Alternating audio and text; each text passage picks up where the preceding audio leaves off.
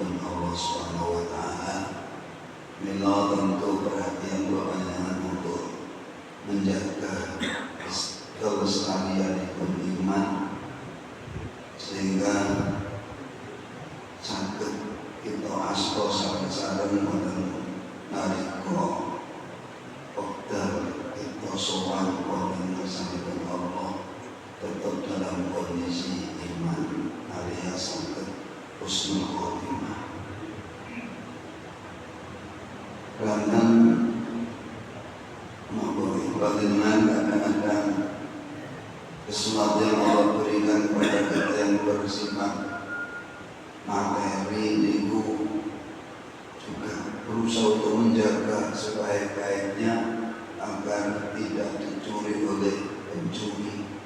Kita punya uang, kita rahasiakan tempatnya, kita sembunyikan rumah, kita kunci, kita masukkan kotak, kita masukkan mungkin lemari dan lain sebagainya, bahkan mungkin dikubur di dalam tanah, pengen supaya ganda di sana.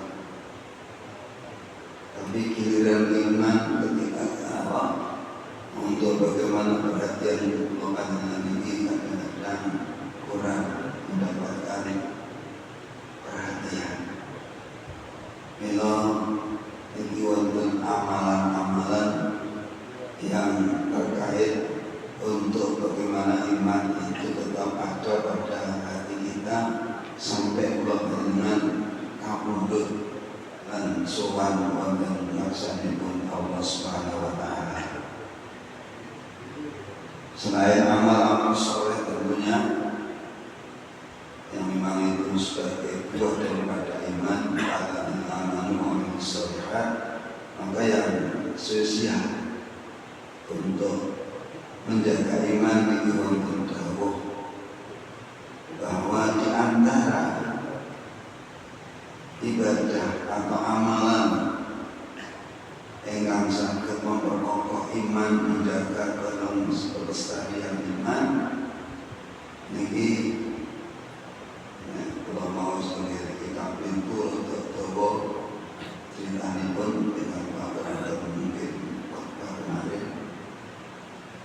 bahwa sebagian ulama wonten ingkang sowan datang Nabi Al-Khadir alaihissalam curhat tentang takutnya mati tidak dalam iman, takut imannya itu tercuri oleh iblis di saat-saat di mana manusia sangat membutuhkan kehadiran iman itu sendiri. Maka Al-Khadir alaihissalam masih bertanya kepada Nabi Muhammad SAW, dan kemudian Nabi memberikan penjelasan bahwa untuk menjaga iman dalam manusia kita sholat 2 rakaat ba'dal maghrib atau ba'da sunnatil maghrib, artinya ba'dal ba'diyah.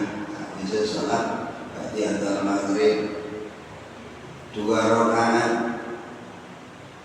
bondo rakaat, tapi manfaatnya luar biasa. 1 rakaat biasa mau Fatihah, kemudian surat Al-Qadr, inna anzalnahu fi lailatul qadr, tunggal.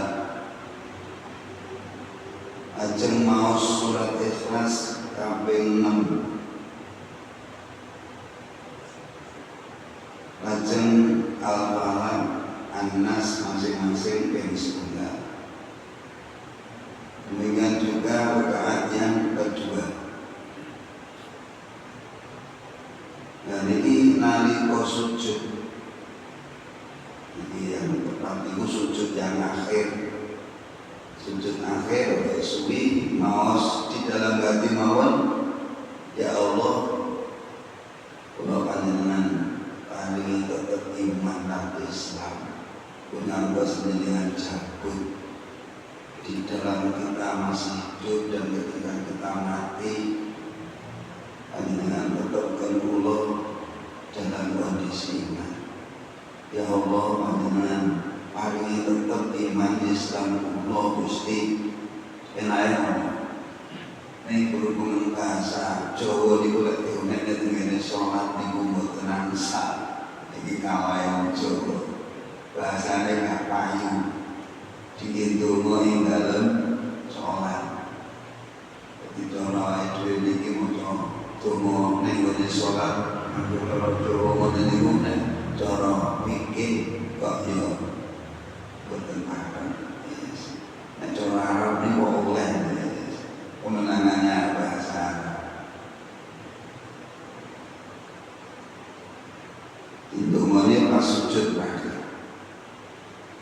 Tapi ini penyakit ini pun ada keterangan undangan kenduren. Artinya nggak bisa untuk suwi untuk berboselah menghadiri undangan. Tapi menjaga iman kita masing-masing juga sesuatu yang sangat penting. Kata-kata keri nggak ngomong, pokoknya kalau berdoa seinto, oke. Untuk memburu amalan dalam rangka muhafadzatul iman, hifdzul iman.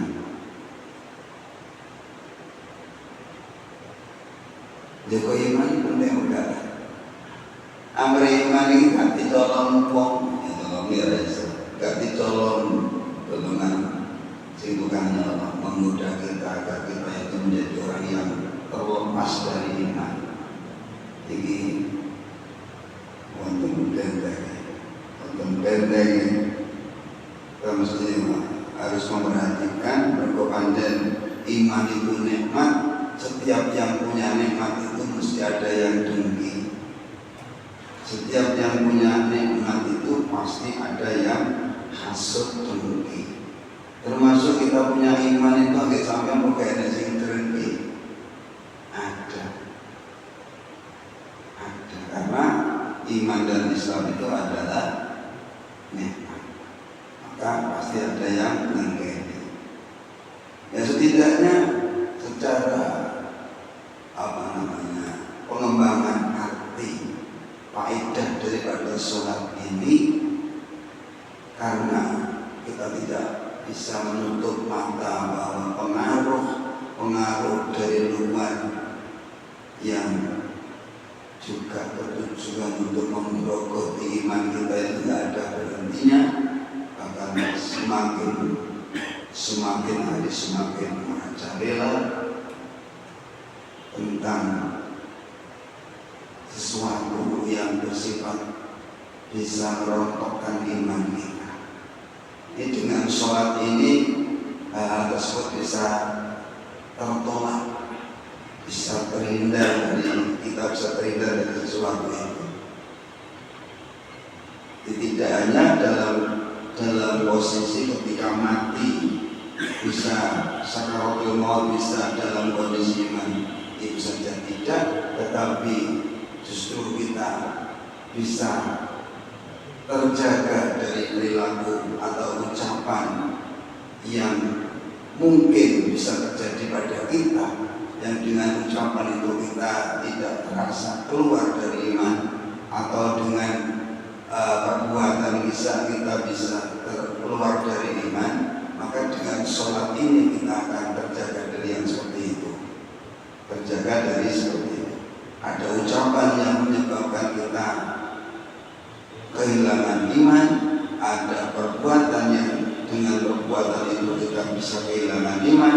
Maka dengan sholat yang didahulukan ini kita terjaga dari hal yang seperti itu, sehingga iman kita selamat sampai nanti kita dipanggil oleh Allah Subhanahu wa ta'ala.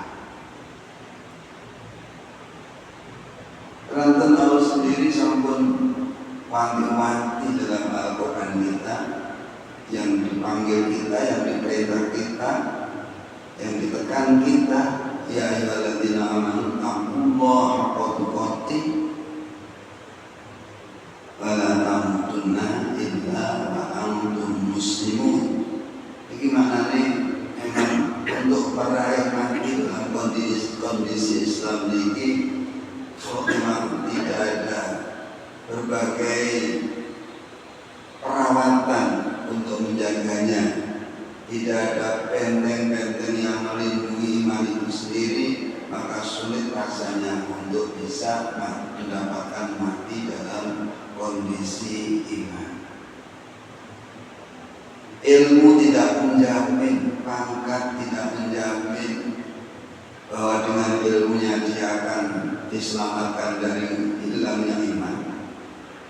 Karena dalam cerita yang nyata, yang jelas sebenarnya konkret, otentik, bahwa seorang yang sangat alim yang namanya Bal'am bin Ba'urah, itu kiai besar pada zamannya.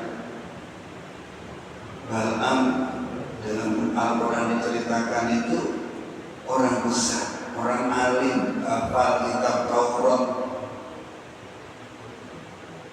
Bahkan santrinya pada saat itu yang dihitung itu ada yang mangsi. Ada yang mangsi itu biasanya santri boleh. Teknologi itu mangsi ini sakit bersama-sama. Satu wadah bisa orang 2 atau 3. Satu wadah mangsi podo nutut. Nah, karena dekat itu bisa saling ambil dengan penanya. Itu pada mangsi itu ada 12.000 pada zaman itu. Nah, berarti santrinya yang hadir pada majelis taklimnya itu tentu lebih daripada 12.000. Ngono iku sekarang main koyo ngono, hebate koyo ngono, akeh santri koyo ngono, masyaallah. Ewas ngono nalika mati naudzubillah tidak dalam kondisi iman, alias menjadi orang yang kafir, naudzubillah ini. Karena apa? Karena pengaruh materi, karena pengaruh harta benda, disogok, disuap oleh mereka-mereka yang punya kepentingan, sehingga bisa memutarbalikkan hukum yang sebenarnya, yang benar dijadikan salah, yang haram dihalalkan, yang halal bisa yang haram bisa dihalalkan. Kalau disogok duit, yang halal diharamkan. Apa dampaknya? Mati nggak bisa bawa iman. Alim ini cerita-cerita seperti itu sebenarnya kita takut, karena kalau dibanding dari sisi ilmunya, kehebatannya sudah untuk awak ini apa, punya apa kita, ilmunya seberapa, ibadahnya sejauh mana. Tapi mbaknya ya enjoy way, nggak pati bingung, nggak pati khawatir bagaimana iman kita nanti itu masih ada atau tidak. Ya kadang-kadang masih mungkin orang. Kalau orang yang ngerti itu memang yang dikhawatirkan itu adalah pada akhir hembusan nafas. Karena innamal a'malu bi khawatimiha, nilai amal itu tergantung pada akhirnya. Sebaik apapun amal sepanjang hidupnya, tetapi ketika di dalam detik-detik sakaratul maut dan lepaslah nyawa dari badan, gak bisa membawa iman, timbul keraguan, timbul kebimbangan, benar apa tidak Islam ini. Pas menunggu dijabut dari malaikat Jibril ini, artinya dia dalam kondisi su'ul khotimah. Naudzubillah ini. Allah Maha Bijaksana. Allah menciptakan musuh-musuh yang disiapkan untuk menggoda kita, menyerang kita, memerangi kita. Tetapi Allah juga memberikan semacam amalan yang sebagai benteng yang memperkokoh iman kita, sehingga musuh tidak mampu membedahnya atau menerobosnya benteng-benteng itu. Terus itu gak boleh disalah nih. Artinya nyapa kok bawa gawe setan di tukang bujuk, tukang bodoh, tapi aku kan juga gawe cara nih, ambil aku gak mudah tergoda.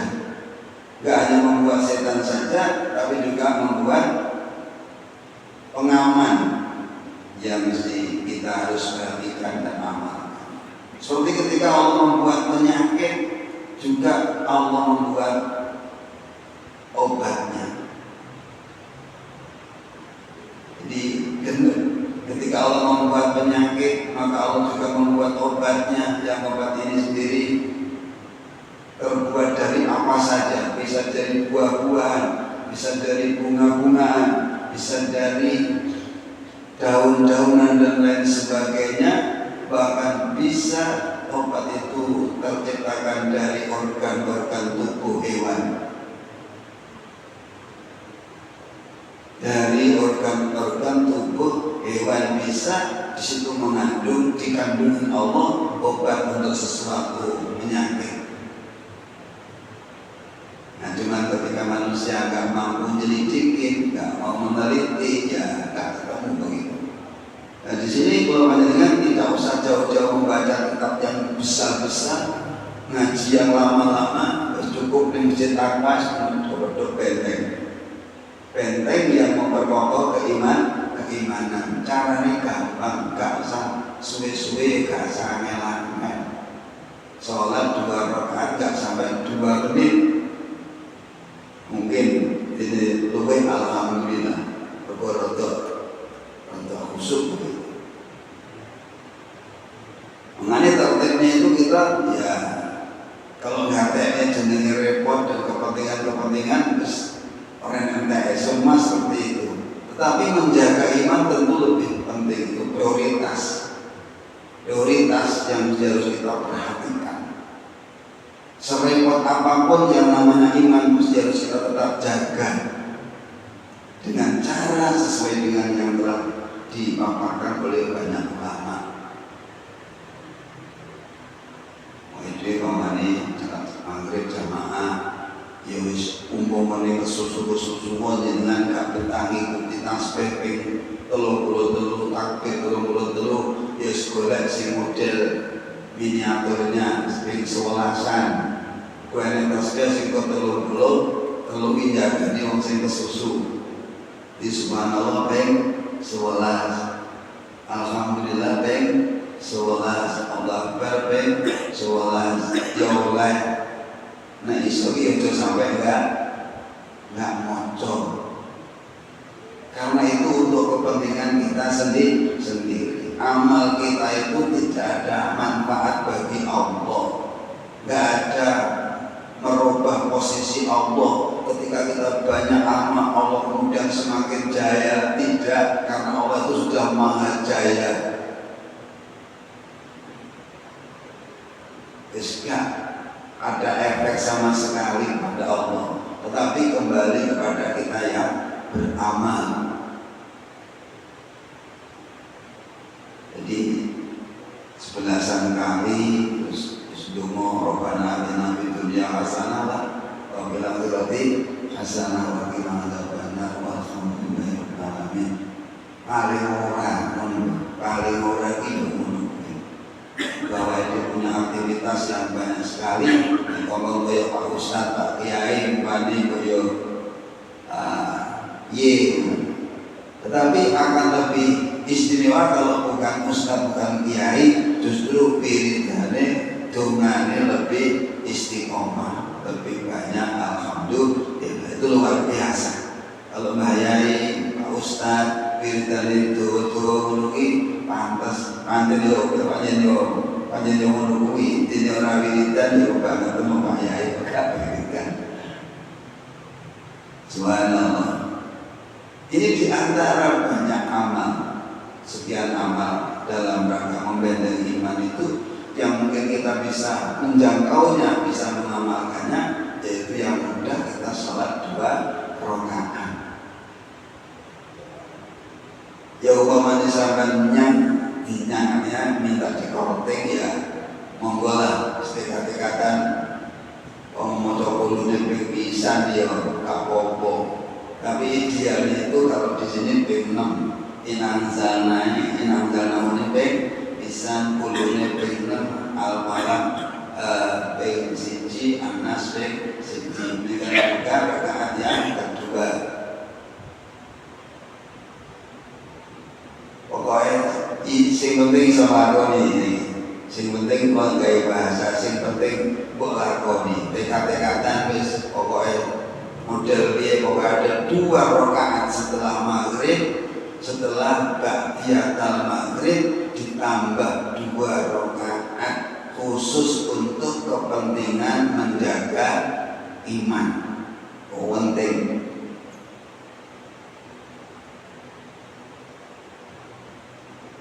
Versi ini macam-macam modelnya kata. Jadi kalau sudah aturakan salah satu di antara versi sholat dalam rangka menjaga iman. Dikoni ditutup ini bar sholat bar salam maca subhanallah wa bihamdi subhanallahil azim munut pisan wis beres dan belayu undangan apa-apa. Oke, ngoten niku ten desa niku diundang ke Duren jam 6:15 niku jam 6 wis teko kabeh. Kula tuki jam 6:15 wis dimulai, padahal tepat waktu jam 6:15 sesuai dengan undangan. Wis keri. Diundang Gusti Allah, nggih. Adzan jam 6 tekane jam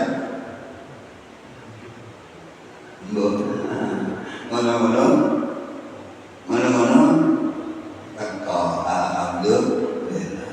Emangnya tepat waktu niku kita menafsirkannya bagaimana dengan tepat waktu itu kaya pas ting terus sholat apa ya piye tepat waktu itu bukan tepat waktu tapi awal waktu. Sebaliknya tepat waktu apa kira-kira? Datang tepat waktu, datang sebaliknya tepat waktu apa? Datang di luar waktu. Kalau tepat waktu itu ya pada waktu itu. Kalau maghrib waktunya itu sekitar 3/4 jam mulai din sampai isya itu ya sekitar 3/4 jam atau mungkin 1 jam. Nah, selama kita masih di dalam lingkungan waktu 1 jam, walaupun tidak awalnya, itu masih bisa dikatakan sholat tepat waktu. Cuma di tengah-tengahnya, atau di akhirnya, atau di awalnya. Cuma yang paling utama itu yang awal sekali. Nah, kalau di luar waktu itu namanya sudah pondokan, sudah menjadi di luar waktu. Bahasanya dalam istilah fikih itu dibahasakan dengan bahasa pondok. Pondok itu bahasanya nyarutan di luar waktu. Kalau kita sampai mengeluarkan sholat dari waktunya tanpa ada alasan yang tidak ada alasan sebenarnya, kecuali kalau musafir dan kemudian dengan jamak takdimnya atau takhirnya, itu berarti perbuatan yang dosa karena melaksanakan wajib di luar waktu. Makanya ya repot nek wis arep entek waktune karek berapa cukup untuk sholat saja sudah alhamdulillah. Ojo sampai takbir Allah Akbar ujung-ujung sentong. Ini haram malah. Menjadi qadha. Mengakhirkan sampai sedemikian itu hukumnya adalah haram. Terus dilambangnya sholat tapi hukumnya orang haram, tambah rugi. Ya mereka rugi ini ya diajukan sedikit, mungkin 10 menit lah minimal jarak daripada waktu maghrib, waktu isya-nya tinggal akan masuk isya ketika sudah 10 menit lagi. Nah, tinggal 10 menit maghribnya ini masih bisa ditoleransi.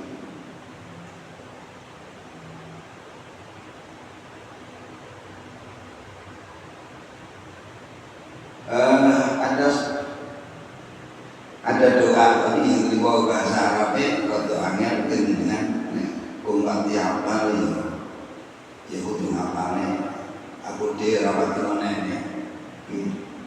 Pokoknya nyuwun ya Allah juga tetap iman dan husnul khotimah. Intinya ngoten. Nek bahasane betul niku titip, ya Allah kula titip iman kula dengan maksud Gusti. Ngono iku bahasane, tapi cara untungane bahasa sing penak ya Allah kula nyuwun tetep iman dan husnul khotimah.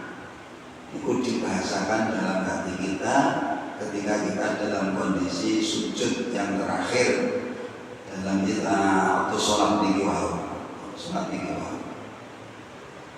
Ini para bapak muga-muga saged dimulai untuk diamalne niki perlu kula panjenengan bisa meningkatkan amal yang mungkin belum pernah dilakukan, monggo dilakoni, ini sing sampun monggo diterus nih. Alhamdulillah. Biar ada yang nyantol kita ngaji, kita ta'alum, biar ada satu-satu sitok-sitok disilah ono-ono sing dicantoli jadikan amal. Yo ora iso ben sore yo pokoke seminggu ben 7 enggak apa-apa. Ora iso ben dino bar magrib iso ajeg. Angger bar magrib salat ngono kuwi seminggu ben 7 yo enggak apa-apa. Apik mawon. Kira kaya semono sak wulan ping 30 yo enggak apa-apa. Alhamdulillah. Ya terus ini lah gitu, terus ini kapan kita bisa merangkak lebih naik kelasnya begitu. Saya senang nanti kalau kemudian di antara kita ini saya lihat kemudian kalau sholatnya itu malah 2 salam, ada ba'diyah, ada salam. Jadi supaya usul sunatan cerbasan awabi, usul sunatan dikimtil iman, usul sunatan dikimtil iman untuk menjaga iman. Kakinya ini rapopo Allahu Akbar, wis penak-penakan. Itu kalau Gusti Allah wis karut penak, pokoknya gelem tanda.